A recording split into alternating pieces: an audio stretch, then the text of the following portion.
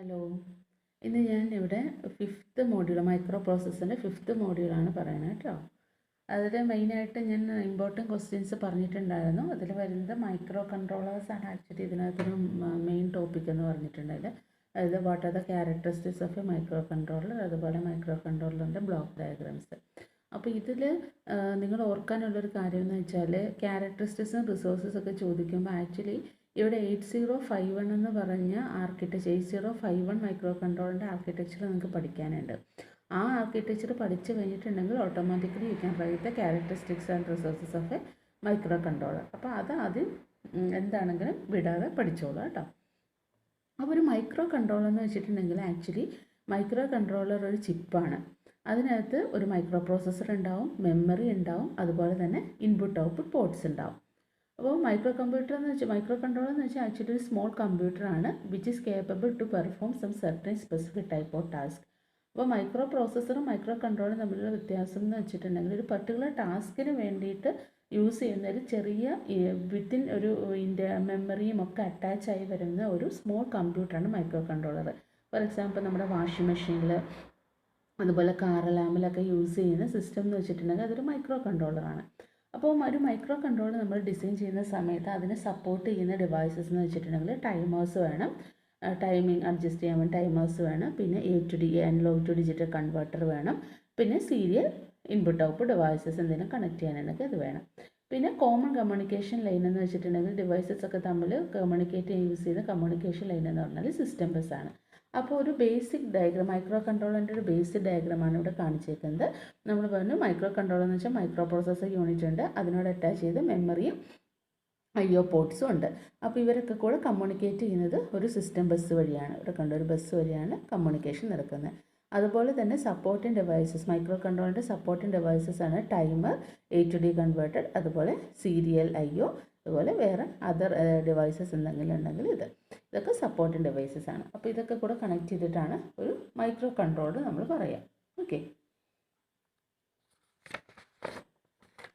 ഇനി ഒരു മൈക്രോ പ്രോസസ്സറും മൈക്രോ കൺട്രോളറും തമ്മിലുള്ള ഡിഫറൻസ് ജസ്റ്റ് നോക്കി വെച്ചോളാം. ഒരു മൈക്രോ പ്രോസസ്സർ എന്ന് വെച്ചിട്ടുണ്ടെങ്കിൽ which is A heart of computer system. ഒരു കമ്പ്യൂട്ടർ സിസ്റ്റത്തിൻ്റെ ഹാർട്ട് എന്ന് പറയുന്നത് മൈക്രോ പ്രോസസ്സറാണ്.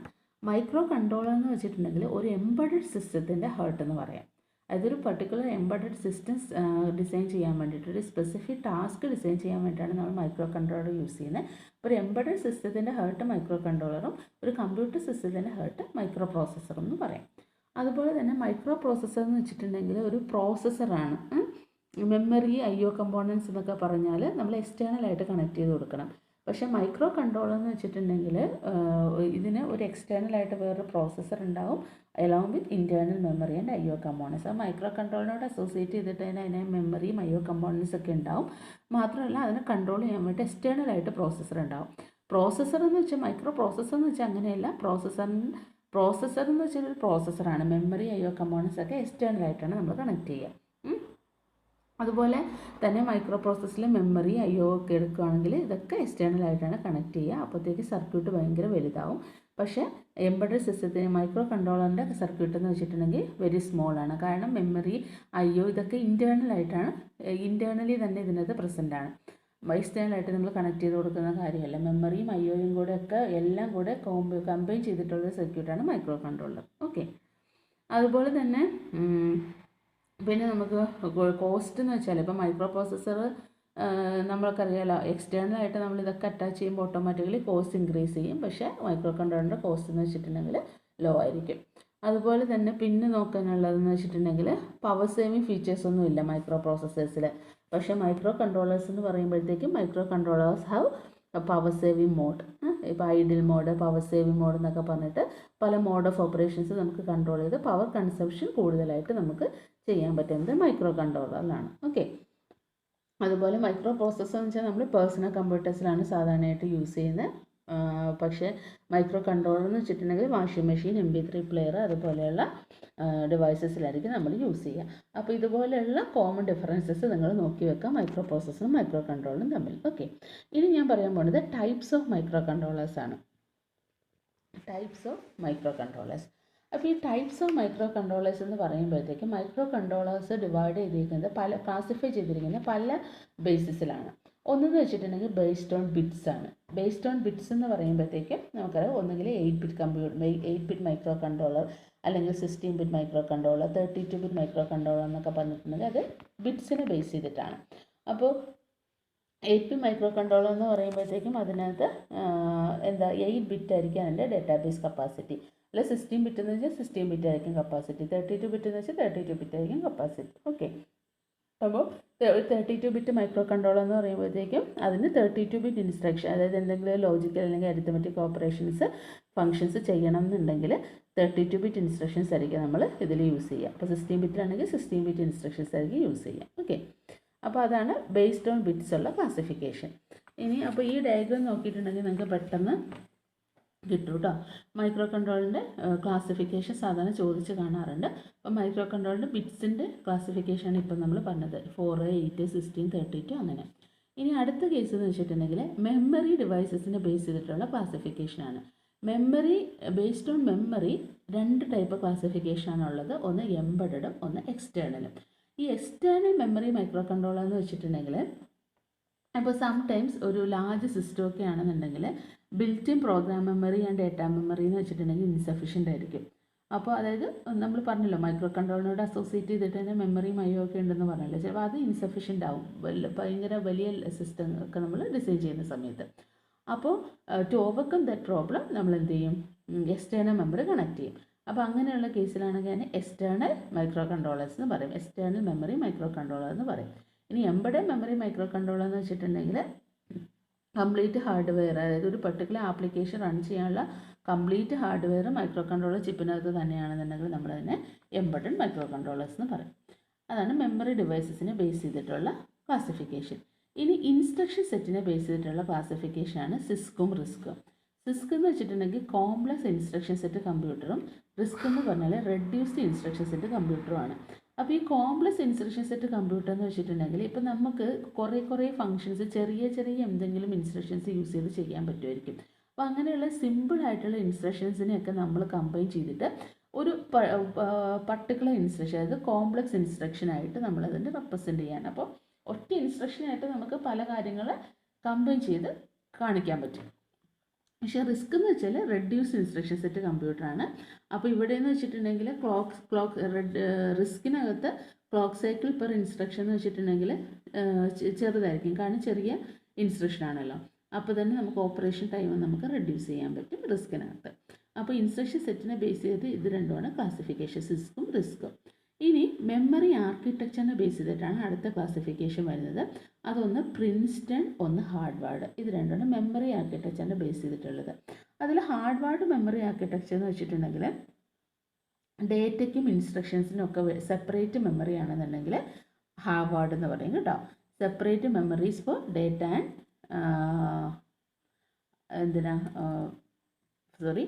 Data and instructions. അപ്പോൾ ഡേറ്റയ്ക്കും ഇൻസ്ട്രക്ഷൻസിന് സെപ്പറേറ്റ് മെമ്മറി ആണെങ്കിൽ ഹാർഡ്വാർഡ്, പ്രിൻസ്റ്റൺ ആണെന്നുണ്ടെങ്കിൽ ഷെയർഡ് മെമ്മറി ആയിരിക്കും യൂസ് ചെയ്യാം. ഓക്കെ, ഡേറ്റയ്ക്കും ഇൻസ്ട്രക്ഷൻസിനും ഷെയർഡ് മെമ്മറി ആണെങ്കിൽ പ്രിൻസ്റ്റണും, സെപ്പറേറ്റ് ആണെങ്കിൽ ഹാർഡ്വാർഡും. പിന്നെ ഇതൊക്കെ മൈക്രോ കൺട്രോളർ ഫാമിലിയാണ്. Texas, PIC, Motorola, National, ARM, ഇതൊക്കെ ഇതിൻ്റെ separate family of micro controllers കാണിച്ചേക്കുന്നുള്ളൂ. അപ്പോൾ മൈക്രോ കൺട്രോളേഴ്സിൻ്റെ ക്ലാസിഫിക്കേഷൻ വരുമ്പോൾ മെയിനായിട്ട് ഈ 4 ടൈപ്പിലാണ് വരിക. ഒന്ന് ബിറ്റ്സിനെ ബേസ് ചെയ്ത്, ഒന്ന് മെമ്മറി ഡിവൈസിനെ ബേസ് ചെയ്ത്, ഒന്ന് ഇൻസ്ട്രക്ഷൻ സെറ്റിനെ ബേസ് ചെയ്തിട്ട്, ഒന്ന് മെമ്മറി ആർക്കിടെക്ചറിനെ ബേസ് ചെയ്തിട്ട്. ഇത്ര ഓർത്തിരിക്കുക കേട്ടോ.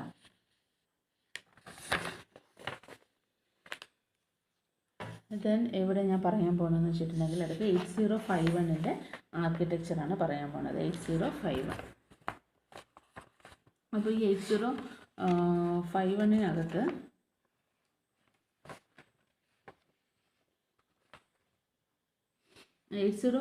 എന്ന് വെച്ചിട്ടുണ്ടെങ്കിൽ ആക്ച്വലി ഒരു 8-ബിറ്റ് മൈക്രോ കൺട്രോളറാണ് കേട്ടോ. 80 ഒരു മൈക്രോ കൺട്രോളർ ഫാമിലീസിൽ വരുമ്പോൾ മൈക്രോ കൺട്രോളർ ഫാമിലീസിൽ ഒരു മെയിനായിട്ട് വരുന്നൊരു സീരീസാണ് 8051. അപ്പോൾ ഇത് ആക്ച്വലി 1985 ഡിസൈൻ ചെയ്ത ഒരു മൈക്രോ കൺട്രോളറാണ് 8051 കേട്ടോ. അപ്പോൾ ഈ 8051 എന്ന് പറഞ്ഞാൽ ഒരു 8-ബിറ്റ് ആണ്. 8-ബിറ്റ്, അതായത് ഇതിൻ്റെ ഡേറ്റാ ബസ് എന്ന് വെച്ചിട്ടുണ്ടെങ്കിൽ 8-ബിറ്റും അഡ്രസ് ബസ് 16-ബിറ്റും ആയിട്ടുള്ള ഒരു മൈക്രോ കൺട്രോളറാണ് 8051. ഡേറ്റാ ബസ്സിന് വിടുത്താണ് 8-ബിറ്റ്, അത് വെച്ചിട്ടാണ് നമ്മൾ അതിൻ്റെ വിഡ്ത്ത് ഓഫ് മൈക്രോ കൺട്രോളർ പറയുക. അതുപോലെ 16 ബിറ്റാണ് അഡ്രസ് ബസ്. അപ്പോൾ ഈ ആർക്കിടെക്ചർ നിങ്ങൾ എന്താണെങ്കിലും പഠിക്കണം. ഈ ആർക്കിടെക്ചറിനെ ബേസ് ചെയ്തിട്ടാണ് 8051 പറയുന്നത്. അപ്പോൾ 8051-നകത്ത് ആദ്യമായിട്ട് നിങ്ങൾ നോക്കാനുള്ളത് ഇതിനകത്ത് 4 പോർട്ടാണുള്ളത്.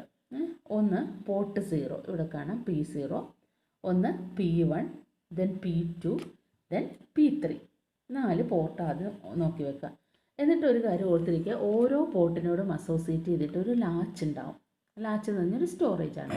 അപ്പോൾ P0-നെ അസോസിയേറ്റ് ചെയ്തിട്ടൊരു ലാച്ച് ഉണ്ട്, അതുപോലെ P1-നോട് അസോസിയേറ്റ് ചെയ്തിട്ട് ഒരു ലാച്ച് ഉണ്ട്, അതുപോലെ P2-നോട് അസോസിയേറ്റ് ചെയ്തിട്ട് ഒരു ലാച്ച് ഉണ്ട്, അതുപോലെ P3-യോട് അസോസിയേറ്റ് ചെയ്തിട്ട് ഒരു ലാച്ച് ഉണ്ട്. ഇത് ഓർത്തിരിക്കുക. 4 പോർട്ട്. അതിൽ ഒരു പോർട്ടെന്ന് പറഞ്ഞാൽ, അതായത് P1 എന്ന് പറയുന്ന പോർട്ട് IO പോർട്ടാണ്. അതായത് സ്പെഷ്യലായിട്ട് അതിന് ഡുവൽ ഫംഗ്ഷൻ സപ്പോർട്ട് ചെയ്യാൻ പറ്റത്തില്ല. ഈ പോർട്ടിലോട്ട് IO ഡിവൈസസ് മാത്രമാണ് കണക്ട് ചെയ്യാൻ പാടുള്ളൂ P1-ലേക്ക്. അതുകൊണ്ടാണ് ഇവിടെ IO പോർട്ട് എന്ന് കൊടുത്തേക്കുന്നത്, IO പോർട്ട് P1. പക്ഷേ P2 എന്ന് പറഞ്ഞ പോർട്ട് എന്ന് വെച്ചിട്ടുണ്ടെങ്കിൽ IO ഡിവൈസസ് കണക്ട് ചെയ്യുന്നതിൻ്റെ കൂടെ തന്നെ നമുക്ക് ഒരു ഫങ്ഷനാലിറ്റി കൂടെ നമുക്ക് ചെയ്യാം. കണ്ടുപിടി A8 to A15 നിൽക്കുകയാണ്. അതായത് അഡ്രസ്സ്, ഹയർ ഓർഡർ അഡ്രസ്സും കൂടെ പാസ് ചെയ്യാനുള്ള കേപ്പബിലിറ്റി ഈ പോർട്ടിനുണ്ട്. അതോർത്തിരിക്കുക. അതുപോലെ പോർട്ട് P0 നോക്കിയാൽ നമുക്കറിയാം AD0 to AD7, അതായത് ഹയർ എൻ്റെ, അതായത് A0 മുതൽ A7 വരെയുള്ള അഡ്രസ് ബിറ്റ് പാസ് ചെയ്യാനുള്ള കേപ്പബിലിറ്റി ഉണ്ട്. അതുപോലെ D0 to D7 data bits pass ചെയ്യാനുള്ള കേപ്പബിലിറ്റി ഉണ്ട്. അതുപോലെ തന്നെ പോർട്ട് P3 നോക്കാം. പോർട്ട് P3-ലും ഇതല്ലാതെ നമുക്ക് കണ്ടോ ഇൻട്രപ്റ്റ് ലൈൻസ്, ഇൻട്രപ്റ്റ്, അതുപോലെ റൈറ്റ്, റീഡ്, അങ്ങനെയുള്ള കുറേ സിഗ്നൽസ് പ്രോസസ്സ് ചെയ്യാനുള്ള കേപ്പബിലിറ്റി ഈ പോർട്ടിനുണ്ട്. അതിൽ P1 മാത്രമാണ് IO പോർട്ട് മാത്രം സിംഗിൾ ഫങ്ഷനാലിറ്റി ആയിട്ട് യൂസ് ചെയ്യുന്നത്. ഓക്കെ, അപ്പോൾ ഇത്തരം കാര്യങ്ങൾ ഓർക്കാം.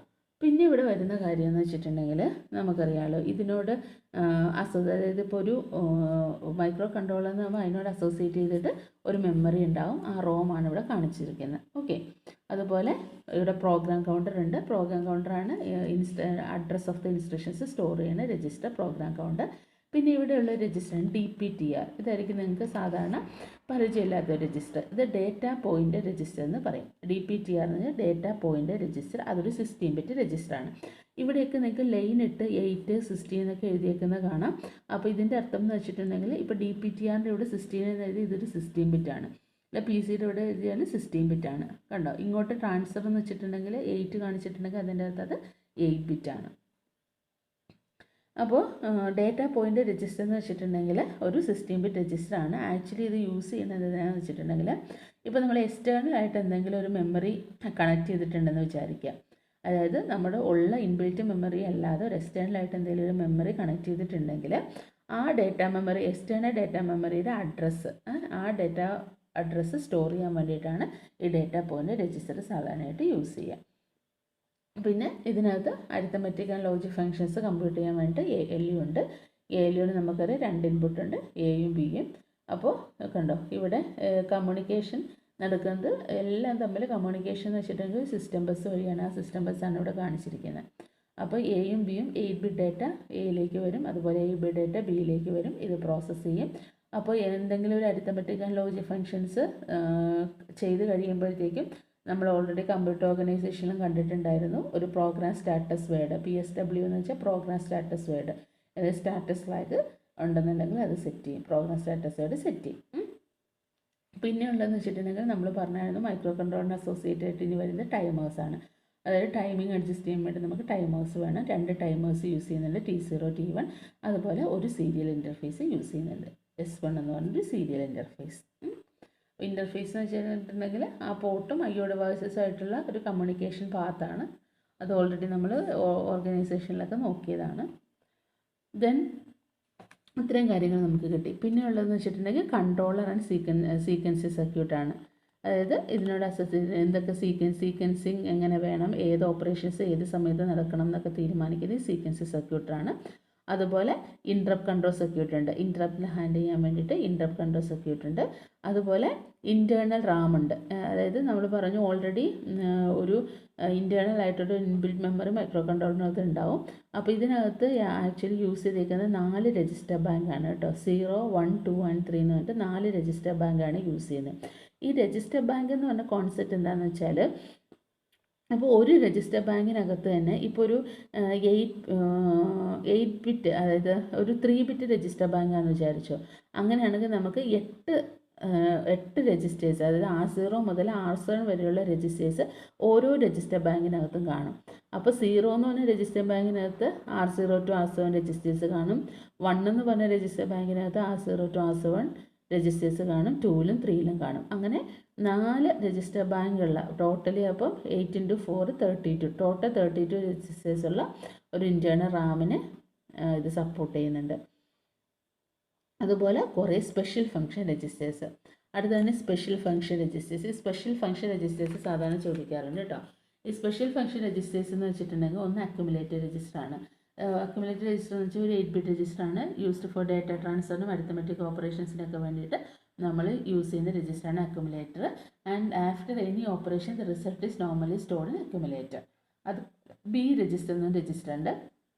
ഇതെന്ന് വെച്ചിട്ടുണ്ടെങ്കിൽ ഇപ്പോൾ മൾട്ടിപ്ലിക്കേഷൻ ഡിവിഷനൊക്കെ നടക്കുന്ന സമയത്ത് റിസൾട്ടിൻ്റെ അപ്പർ 8 ബിറ്റ് സ്റ്റോർ ചെയ്യാൻ വേണ്ടി യൂസ് ചെയ്യുന്ന രജിസ്റ്ററാണ് ബി രജിസ്റ്റർ. ഇതൊരു ടെമ്പററി രജിസ്റ്ററാണ്. അതുപോലെ programme status word. Programme status word എന്ന് വെച്ചിട്ടുണ്ടെങ്കിൽ ക്യാരി ഫ്ലാഗ് ഒക്കെ, അതായത് ക്യാരി ഫ്ലാഗ്, പിന്നെ അതുപോലെ ഇവിടെ ഓഫ് ഫ്ലാഗ്, അങ്ങനെ കുറേ നമ്മുടെ പാരിറ്റി ഫ്ലാഗ്, ഇങ്ങനെ കുറേ ഫ്ലാഗ് സെറ്റ് ചെയ്യാൻ വേണ്ടിയാണ് ഈ പ്രോഗ്രാം സ്റ്റാറ്റസ് വേർഡ്. അതായത് ഈ പ്രോഗ്രാം സ്റ്റാറ്റസ് വേർഡിൻ്റെ ഒരു ഫോമാറ്റാണ് ഇവിടെ കൊടുത്തേക്കുന്നത്. ഈ CV എന്ന് വെച്ചാൽ ക്യാരി ഫ്ലാഗ് ആണ്, AC ഓക്സിലറി ക്യാരി, അതുപോലെ 2 രജിസ്റ്റർ ബാങ്കിൻ്റെ സെലക്ട് ബിറ്റാണ്. രജിസ്റ്റർ ബാങ്ക്സ് നാലെണ്ണമുണ്ടെന്ന് നമ്മൾ പറഞ്ഞില്ല. അതുപോലെ 2 രജിസ്റ്റർ ബാങ്കിൻ്റെ സെലക്ട് ബിറ്റ്സ് ആണ് ഈ കാണിച്ചേക്കുന്നത്. R0യും RS1 RS0. ഇത് 00 ആണെങ്കിൽ 0th ബാങ്ക് സെലക്ട് ചെയ്യും, 01 ആണെങ്കിൽ ഫസ്റ്റ് ബാങ്ക് സെലക്ട് ചെയ്യും, 10 ആണെങ്കിൽ സെക്കൻഡ് ബാങ്ക് സെലക്ട് ചെയ്യും, 11 ആണെങ്കിൽ തേർഡ് ബാങ്ക് സെലക്ട് ചെയ്യും. അങ്ങനെയാണ് ഈ 4 ബാങ്ക് സെലക്ട് ചെയ്യുക. പിന്നെ ഓവർഫ്ലോ ഫ്ലാഗാണ് ഇത് കാണിച്ചിരിക്കുന്നത്. പിന്നെ ഒരു പാരിറ്റി ഫ്ലാഗ്. അപ്പോൾ ഇങ്ങനെ ഇതാണ് programme status word. 8051 programme status word. ഇതും വേണമെങ്കിൽ ഷോർട്ട് ക്വസ്റ്റ്യൻ പോലെ ചോദിക്കാൻ ചാൻസ് ഉണ്ട്. സ്പെഷ്യൽ പർപ്പസ് രജിസ്റ്റേഴ്സിൽ വരുന്നതാണിത് കേട്ടോ. പിന്നെ stack point register. Stack point രജിസ്റ്ററും ഇതുപോലെ 8 ബിറ്റ് രജിസ്റ്റർ തന്നെയാണ്. ഇപ്പോൾ യൂഷ്വലി ഇവിടെ എന്ന് വെച്ചിട്ടുണ്ടെങ്കിൽ സ്റ്റാക്കായിട്ട് യൂസ് ചെയ്യുന്നത് ഇതാണ് നമ്മൾ പറഞ്ഞ ഈ രജിസ്റ്റർ ബാങ്ക് എന്ന് ഞാൻ പറഞ്ഞില്ല, RS1 RS0 ഈ കാണിച്ചിരിക്കുന്നതാണ് കേട്ടോ. ഈ 00 ആണെങ്കിൽ 0 സെലക്ട് ചെയ്യും, 01 ആണെങ്കിൽ 1 സെലക്ട് ചെയ്യും, അങ്ങനെ. അപ്പോൾ ഇതിനകത്ത് സാധാരണയായിട്ട് ഒരു പർട്ടിക്കുലർ ഇത് യൂസ് ചെയ്യുന്നത്, ഒരു പർട്ടിക്കുലർ രജിസ്റ്റർ ബാങ്കാണ് സ്റ്റാക്കായിട്ട് നമ്മൾ യൂസ് ചെയ്യുക. ഒരു പർട്ടിക്കുലർ രജിസ്റ്റർ ബാങ്ക് നമ്മൾ സ്റ്റാക്കിന് വേണ്ടിയിട്ട് അലോട്ട് ചെയ്തിട്ടുണ്ടാവും. അപ്പോൾ ഇവിടെ ബാക്കി ഓപ്പറേഷൻസ് ഒക്കെ സെയിം ആണ്, പുഷും പോപ്പൊക്കെ സ്റ്റാക്കിൽ സെയിം ആണ്. ഒരു കാര്യം മാത്രം നമ്മളിവിടെ ആലോചിക്കാനുള്ളതെന്ന് വെച്ചിട്ടുണ്ടെങ്കിൽ, ഇവിടെ പുഷ് ഓപ്പറേഷൻ എന്ന് വെച്ചിട്ടുണ്ടെങ്കിൽ ഡിക്രിമെൻറ്റ് ചെയ്തിട്ടാണ് യൂസ് ചെയ്യുക. അതായത് നമ്മൾ ഹയർ സെല്ലിൽ നിന്നാണ്, ഹയസ്റ്റ് അഡ്രസ്സ് ആയിട്ടുള്ള സെല്ലിൽ നിന്നാണ് നമ്മൾ, മെമ്മറി സെല്ലിൽ നിന്നാണ് നമ്മൾ ഡേറ്റ ഇൻസേർട്ട് ചെയ്ത് വരാം. അപ്പോൾ ഡിക്രിമെൻറ്റ് ചെയ്യുമ്പോഴാണ് പുഷ്, ഇവിടെ ഇൻക്രിമെൻറ്റ് ചെയ്യുമ്പോഴാണ് പോപ്പ്. അത് മാത്രം ഓർത്തിരിക്കുക, അത് മാത്രമാണ് ഇവിടുത്തെ ഡിഫറൻസ് ഉള്ളൂ. പിന്നെ പവർ കൺട്രോളിന് വേണ്ടിയിട്ടൊക്കെ രജിസ്റ്റേഴ്സ് ഉണ്ട്. പവർ കൺട്രോൾ എന്നൊക്കെ പറഞ്ഞിട്ടുണ്ടെങ്കിൽ ഇപ്പോൾ ചില മോഡ് ഓഫ് ഓപ്പറേഷൻസ് മൈക്രോ കൺട്രോളിൽ സ്ലീപ്പ് മോഡിൽ കിടന്നാലും വർക്ക് ചെയ്യുന്ന ടൈപ്പ് ഓപ്പറേഷൻസ് ഉണ്ട്. അപ്പോൾ നമുക്ക് പവർ കൺസംപ്ഷൻ അങ്ങനെയാണ് കുറയ്ക്കാൻ പറ്റുന്നത്. അപ്പോൾ അതൊക്കെ കൺട്രോൾ ചെയ്യാൻ വേണ്ടി പവർ കൺട്രോൾ രജിസ്റ്റേഴ്സ് ഉണ്ട്. അതുപോലെ ടൈമർ കൺട്രോളിന് വേണ്ടി ടൈമർ രജിസ്റ്റേഴ്സ് ഉണ്ട്. ആ ടൈമറിൻ്റെ തന്നെ പല variations, low high, timer 0, timer 1 എന്നൊക്കെ പറഞ്ഞ് പല രജിസ്റ്റേഴ്സ് ഉണ്ട്.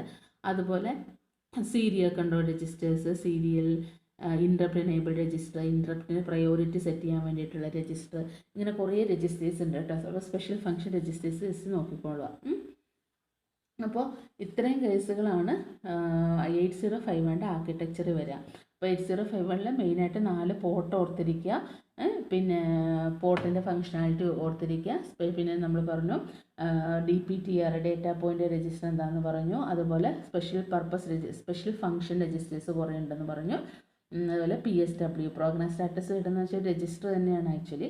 അതൊരു സ്പെഷ്യൽ ഫങ്ഷൻ രജിസ്റ്റർ ആയിട്ടാണ് യൂസ് ചെയ്യുക കേട്ടോ. അപ്പോൾ ഇത്രയും കാര്യങ്ങൾ 8051 ഓർത്തിരിക്കുക. അപ്പോൾ ഇതിൻ്റെ ക്യാരക്ടറിസ്റ്റിക്സും റിസോഴ്സസ് എന്ന് പറയുന്നത് ഇപ്പം നമ്മൾ പറഞ്ഞ ഈ സ്പെഷ്യൽ ഫംഗ്ഷൻ രജിസ്റ്റേഴ്സും DPTRും റാം ഇങ്ങനെയൊക്കെ പറയുന്ന ഈ പോർട്ടുകൾ ഇതൊക്കെ കൂടുന്നതാണ് നമ്മുടെ മൈക്രോ കൺട്രോളറിൻ്റെ റിസോഴ്സസ്. അപ്പോൾ മൈക്രോ കൺട്രോളറിൻ്റെ റിസോഴ്സസ് ചോദിച്ചാൽ നിങ്ങൾ ഈ റിസോഴ്സസ് തന്നെ അങ്ങ് എഴുതി വെച്ചാലും മതി. അപ്പോൾ ഇത് 8051 ചോദിച്ചാലും കോമൺ റിസോഴ്സസ് ചോദിച്ചാലും നിങ്ങൾക്ക് യൂസ് ചെയ്യാം. അപ്പോൾ ഒരു കാര്യം കൂടെ പെട്ടെന്ന് പറഞ്ഞിട്ട് ഞാൻ നിർത്താം. അതിനകത്ത് ഇവിടെ എന്ന് വെച്ചാൽ നമുക്ക് ഇൻട്രപ്റ്റ് എന്ന് പറഞ്ഞൊരു കാര്യം പറഞ്ഞിട്ടുണ്ടായിരുന്നല്ലോ. അപ്പോൾ ഇത് ഇൻട്രപ്റ്റിൻ്റെ ഒരു ജനറൽ റൂട്ടീനാണ്. Special function register to handling the interrupt എന്ന് വെച്ചാൽ 2 സ്പെഷ്യൽ പർപ്പസ് രജിസ്റ്റേഴ്സാണ് നമ്മൾ യൂസ് ചെയ്യുന്നത് 8051-നകത്ത്. ഒന്ന് ഇൻട്രപ്റ്റ് എനേബിൾഡ് രജിസ്റ്റർ എന്ന് പറയും, ഒന്ന് ഇൻട്രപ്റ്റ് പ്രയോറിറ്റി രജിസ്റ്റർ എന്ന് പറയും. ഇൻട്രപ്റ്റ് എനേബിളും ഇൻട്രപ്റ്റ് പ്രയോറിറ്റിയും. അതിൽ എങ്ങനെയാണ് ഈ 2 രജിസ്റ്റേഴ്സ് യൂസ് ചെയ്യുന്നതാണ് ഇവിടെ പറഞ്ഞേക്കുന്നത്. ഇപ്പോൾ ഒരു ഇൻസ്ട്രക്ഷൻസ് എക്സിക്യൂട്ട് ചെയ്തുകൊണ്ടിരിക്കുന്ന സമയത്ത് ഒരു ഇൻട്രപ്റ്റ് വന്നു. അപ്പോൾ തന്നെ ഇൻട്രപ്റ്റ് എനേബിൾഡ് എന്ന് പറഞ്ഞ് ബിറ്റ് എനേബിൾഡ് ആണോ നോക്കുക, ചെക്ക് ചെയ്യുക. എന്നിട്ട് ഈ ബിറ്റ് ചെക്ക് ചെയ്തിട്ട് വിച്ച് സോഴ്സ് അങ്ങനെ ഒരു ഇൻട്രപ്റ്റ് എനേബിൾ ഓൾറെഡി സെറ്റ് ആണെന്നുണ്ടെങ്കിൽ ഏത് സോഴ്സ് പലയിടത്തുനിന്ന് പ്രയോറിറ്റി വന്നിട്ടുണ്ടെങ്കിൽ ഹയസ്റ്റ് പ്രയോറിറ്റി എവിടെയാണെന്ന് നോക്കുക. ഹയസ്റ്റ് പ്രയോറിറ്റി ഉള്ള ആൾക്ക് ആണ് നമ്മൾ ചാൻസ് കൊടുക്കുക. അതിന് വേണ്ടിയാണ് ഇൻട്രപ്റ്റ് പ്രയോറിറ്റി രജിസ്റ്റർ യൂസ് ചെയ്യുക. അപ്പോൾ 2 പേർക്കും ഈക്വൽ പ്രയോറിറ്റി ഉള്ള വന്നിട്ടുണ്ടെന്നുണ്ടെങ്കിൽ ഡീഫോൾട്ട് പ്രയോറിറ്റി ആർക്കാണെന്ന് നോക്കുക. എന്നിട്ട് ഇൻ്റർവെക്റ്റർ അഡ്രസ്സ്, അതായത് ISR എക്സിക്യൂട്ട് ചെയ്യാൻ വേണ്ടിയിട്ടുള്ള ഇൻ്റർവെക്റ്റർ അഡ്രസ്സ് ഫൈൻഡ് ചെയ്യുക. എന്നിട്ട് save next instruction PC on stack and disable interrupt. അപ്പോൾ അതായത് ഇപ്പം ഇനി നമ്മൾ ഇൻട്രപ്റ്റ് എക്സിക്യൂട്ട് ചെയ്യാൻ പോകുക. അപ്പോൾ ഓൾറെഡി എക്സിക്യൂട്ട് ചെയ്തുകൊണ്ടിരിക്കുന്ന ഇൻസ്ട്രക്ഷൻ അഡ്രസ്സ് PC-യിലുണ്ട്. അത് നമ്മൾ എവിടെയെങ്കിലും ടെമ്പററി രജിസ്റ്റേഴ്സിൽ സ്റ്റാക്കിൽ സ്റ്റോർ ചെയ്ത് വെച്ചിട്ട് ഇൻട്രപ്റ്റ്സ് ഡിസേബിൾ ചെയ്യുക. എന്നിട്ട് ഇൻറ്റർ സർവീസ് റൂട്ടീൻ എക്സിക്യൂട്ട് ചെയ്യുക. അതൊക്കെ കഴിഞ്ഞ് ഇൻട്രപ്റ്റ് എക്സിക്യൂട്ട് ചെയ്ത് കഴിഞ്ഞു. അപ്പോൾ നമ്മൾ എന്ത് ചെയ്യുക, PC-യുടെ വാല്യൂ റീസ്റ്റോർ ചെയ്യുക. എന്നിട്ട് അടുത്ത ഇൻസ്ട്രക്ഷൻസ് എക്സിക്യൂട്ട് ചെയ്യുക. ഈ ഇൻട്രപ്റ്റിൻ്റെ റൂട്ടീൻ നമ്മൾ കമ്പ്യൂട്ടർ ഓർഗനൈസേഷൻ ഞാൻ ഓൾറെഡി ഇൻട്രപ്റ്റിൻ്റെ ഒരു വീഡിയോ ഇട്ടിട്ടുണ്ട്. അതിൽ ചെയ്യുന്ന വർക്ക് തന്നെയാണ് ആക്ച്വലി ഇവിടെയും ചെയ്തേക്കുന്നത്. അപ്പം സ്പെഷ്യൽ ഫംഗ്ഷൻ രജിസ്റ്റേഴ്സ് ഇൻട്രപ്റ്റ് എനേബിളും ഇൻട്രപ്റ്റ് പ്രയോറിറ്റിയാണ് ഇതിൽ ഹാൻഡിൽ ചെയ്യാൻ വേണ്ടിയിട്ട് 8051 യൂസ് ചെയ്യുന്നത്. അപ്പോൾ ഇത്രയും കാര്യങ്ങൾ നിങ്ങൾ ഓർത്തിരുന്നാൽ നിങ്ങൾക്ക് ഈ 5th മോഡ്യൂളിൽ നിന്ന് ഇത്രയും കിട്ടും. മൈക്രോ കൺട്രോളറിൻ്റെ ജനറൽ ആയിട്ടുള്ള മൈക്രോ കൺട്രോളറിൻ്റെ ഡയഗ്രാം, അതുപോലെ 8051 ആർക്കിടെക്ചറും അതിൻ്റെ റിസോഴ്സസും പഠിച്ചു കഴിഞ്ഞാൽ നിങ്ങൾക്ക് കോമൺ ആയിട്ട് കിട്ടും കേട്ടോ. Okay, thank you.